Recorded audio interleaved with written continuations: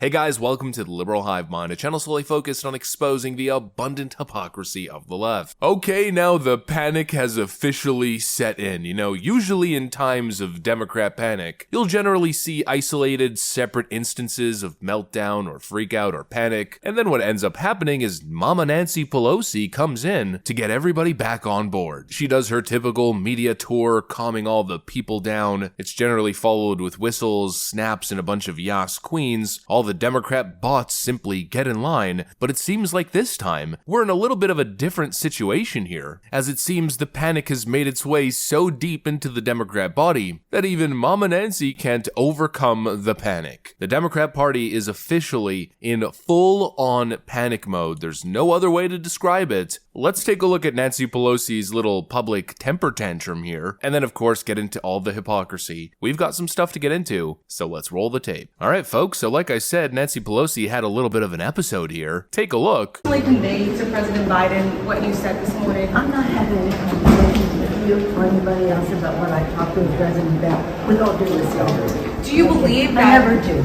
I never do, so it's nothing new. I understand, Madam Speaker. Do you believe that him waiting so long to make this decision could harm the I'm not party? going to be making any comments in the hallway about the fate of our nation, okay? Are you concerned whether or not he can win in November? I think he can. Do you believe he should run for re-election? I'm not. Am I speaking English to you? I'm not going to be making any statements about any of that right now in the hallway.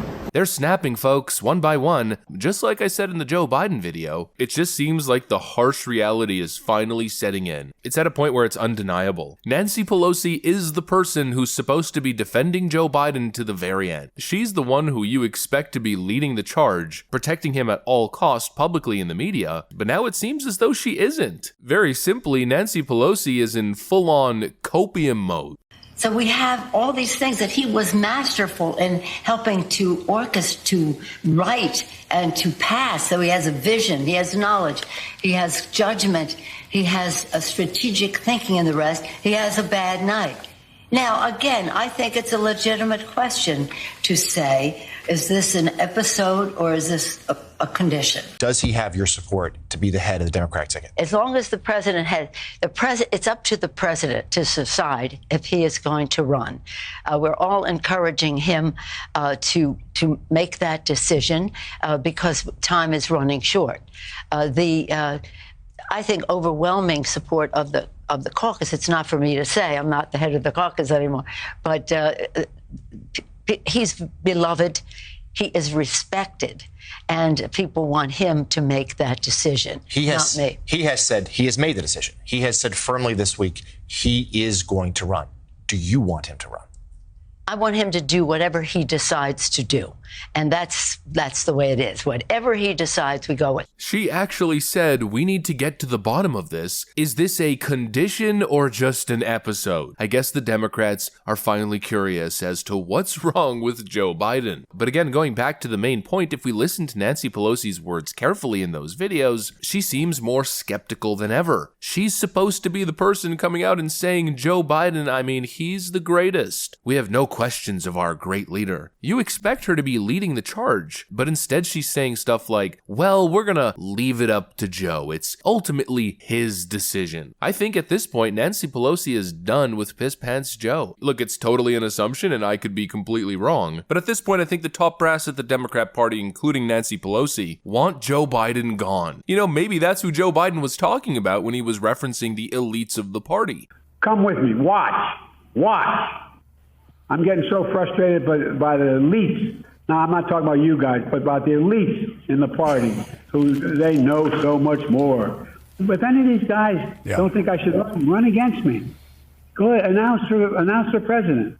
Challenge me at the convention. Maybe all these visits from Barack Obama and other influential figures, these supposed strategic meetings at the White House, maybe the intention of those visits was to tell Joe Biden to step down. Although unfortunately for them, they were probably met with a rabid dog barking like crazy. And not Joe Biden's, a Rottweiler or a German Shepherd? I forget the breed exactly. Not Joe Biden's dog that kept biting Secret Service. No, probably Joe Biden's greatest protector, his wife Jill Biden, who probably barked them out the room. Now, of course, Nancy Pelosi is playing clueless. She doesn't know who it could possibly be, asking Joe Biden behind the scenes to step down. What do you make of Democrats calling for Biden to step down? I don't know who's doing that. I don't know who's doing that. I'm not doing But obviously, it's got to be somebody pretty high-powered within the party for Joe Biden to refer to those people as party elites. It's got to be the Clintons, Pelosi's, Obamas. You know, it's got to be a high-powered group of individuals for the President of the United States to refer to them as elites. Nancy says she has no idea who it could possibly be, and I think, personally, again, just my personal opinion, I think it's Nancy. I think they finally realized that the jig is up. Their 3.5-year-long propaganda campaign has come to an end. President Biden is absolutely fit. He has knowledge of the issues. He has strategic thinking about legislating, all in the head. I have spoken with the president. He is fully coherent. He is on top of detail. He's sharp. He's fit.